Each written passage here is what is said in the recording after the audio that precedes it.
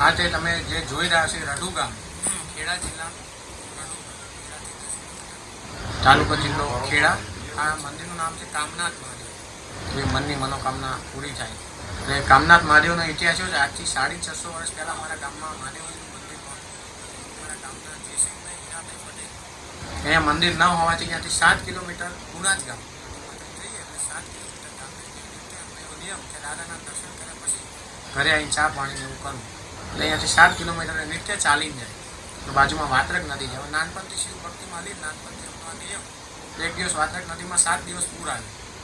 90-55 વર્ષની પટેલની ઉંમર અને વાત્રક નદીમાં 7 દિવસ પૂર આવ્યું. અને એમના ઉપવાસ નિયમ હતો દાદાના દર્શન કર્યા પછી ચા પાણી ઘરે આવીને કરવું. એટલે 7 દિવસના નકોડા ઉપવાસ થયા.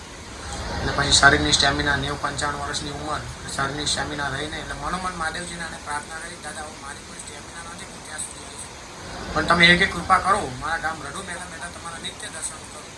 રાતે મહાદેવજી સપનામાં આવ્યા પટેલ તમે મારા ગામમાં જ્યોતિ સ્વરૂપે તમારા ગામમાં મારી સ્થાપના કરજો. જ્યોતિ સ્વરૂપે હું આવીશ. એટલે સવારમાં નગર ગામજનોને વાત કરી પાણી ઉતર્યું એટલે ઢોળ નગારા સાથે પ્રગટાઈ લાવે એ જ્યોત ત્યાંથી લાયા પવન વાવાઝોડા વરસાદ સાથે પણ અહીં રડુ સુધી એ જ્યોત એમને આમ અહીંયા સુધી આવી પછી આનું સ્થાપન કર્યું. જ્યોત એ 1445માં જ્યોત આવી અને શ્રાવણ મહિનાની શ્રાવણ વદ બારસ 20 તારીખે શ્રાવણ વદ બારસ એ દિવસે ગામમાં મોટો લોક મેળો ભરાશે.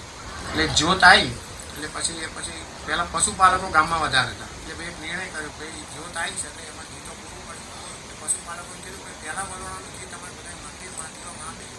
ધીમે ધીમે બધા બાધા રાખતા કે ભગવાન અમારે ફોરેન જવાના વિઝા કોઈના લગ્ન ના થતા હોય કોઈના લાંબી બીમારી કોઈ બી સમસ્યા ભગવાનને તમે કહો કે અમારી આટલી સમસ્યા જો પરિપૂર્ણ થઈ જશે તો જેટલી અમારી યથાશક્તિ રહેશે એટલું ઘી અમે અહીંયા ચડાવી દઈશું. કોઈ 100 ગ્રામ 200 ગ્રામ 2 કિલો 2 કિલો 5 કિલો ત્યારે એવી રીતે અહીંયા 1500 માટલા ભરેલા છે.